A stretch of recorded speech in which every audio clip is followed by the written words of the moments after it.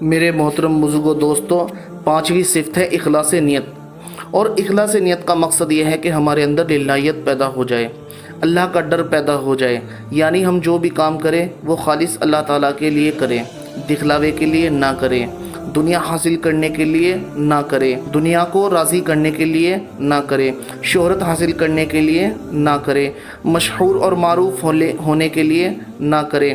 ہم جو بھی عمل کرتے ہیں وہ صحیح ہے یا غلط یہ علماء ہی بتا سکتے ہیں، اور ہمارے عمل کے اندر اخلاص ہے یا نہیں یہ اللہ ہی جانتے ہیں، اور اللہ اس وقت بتلائیں گے جب عمل کا وقت ہمارے ہاتھ سے نکل چکا ہوگا۔ اخلاص بھی بڑی لطیف شے ہے، سب سے آخر میں آتا ہے اور سب سے پہلے چلا جاتا ہے۔ اللہ بے نیاز ہے، شرک والے عمل کو قبول نہیں فرماتے۔ بڑے سے بڑا عمل نیت کی خرابی کی وجہ سے مردود قرار دیا جاتا ہے۔ قیامت کے دن سب سے پہلے جن کا حساب کتاب ہوگا اس میں شہید، سخی اور عالم ہوں گے، جن کو نیت کی خرابی کی وجہ سے جہنم میں پھینک دیا جائے گا۔ اگر ہم چھوٹا سا بھی عمل اللہ کی رضا بندی کے لیے کریں گے تو اللہ رب العزت اس کا ثواب احد پہاڑ کے برابر دیں گے انشاءاللہ۔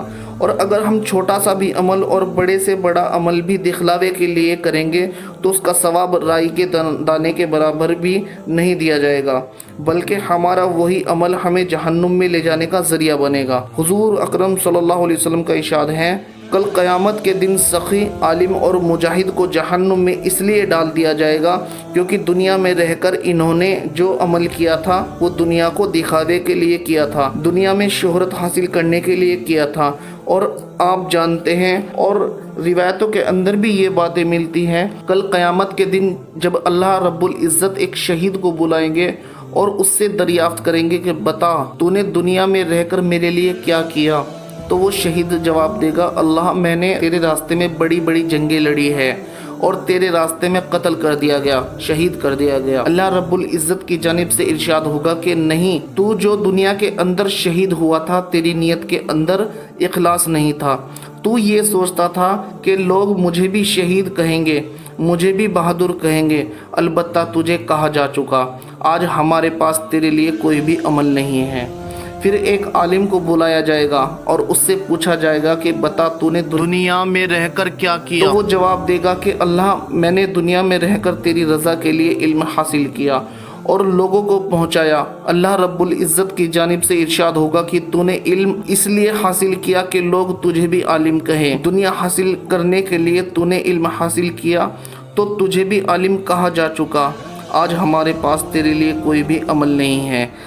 اسی طرح ایک سخی کو بلایا جائے گا اور اس سے پوچھا جائے گا کہ بتا تو نے دنیا میں رہ کر ایسا کون سا عمل کیا، وہ جواب دے گا کہ اللہ میں نے تیری رضا کی خاطر بڑے بڑے صدقے اور خیرات کیے، بڑے روپیے پیسے بانٹے ہیں۔ تو اللہ رب العزت کی جانب سے ارشاد ہوگا کہ تو نے تو وہ اس لیے دیا تھا مال و دولت کہ لوگ تجھے بھی سخی کہے، لوگ تجھے بھی مالدار کہے، البتہ تجھے بھی کہا جا چکا، ہمارے پاس تیرے لیے کوئی بھی عمل نہیں ہے۔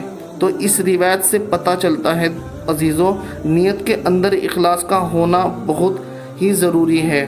تو اپنی نیتوں کو درست کیجیے اور دین کے ہر کام کے اندر اخلاص اور للہیت پیدا کیجیے۔ اللہ رب العزت ان اعمال کی طرف بالکل بھی توجہ نہیں فرماتے جو دکھلاوے کے لیے اور شہرت حاصل کرنے کے لیے کیے گئے ہو۔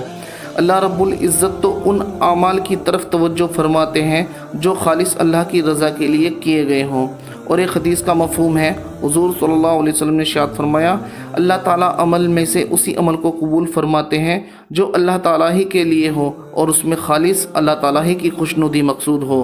اور ایک حدیث میں حضور صلی اللہ علیہ وسلم کا ارشاد ہے، اس امت کو عزت، رفعت اور دین کی فروغ کی بشارت سنا دو، لیکن دین کے کسی کام کو کوئی شخص دنیا کے واسطے کرے، آخرت میں اس کا کوئی حصہ نہیں۔ اور آپ صلی اللہ علیہ وسلم نے فرمایا کہ مجھے تمہارے اوپر سب سے زیادہ خوف شرک اصغر کا ہے۔ صحابہ نے عرض کیا، یا رسول اللہ شرک اصغر کیا ہے؟ آپ صلی اللہ علیہ وسلم نے ارشاد فرمایا، دکھلاوے کے لیے کوئی بھی عمل کرنا شرک اصغر ہے۔ تو دوستو یہ کچھ باتیں تھیں اخلاص نیت کے اوپر۔ اب اخلاص نیت کی حقیقت کو حاصل کرنے کے لیے 6 طریقے ہیں۔ نمبر 1، لوگوں میں چل پھر کر اخلاص نیت کی خوب دعوت دیجیے۔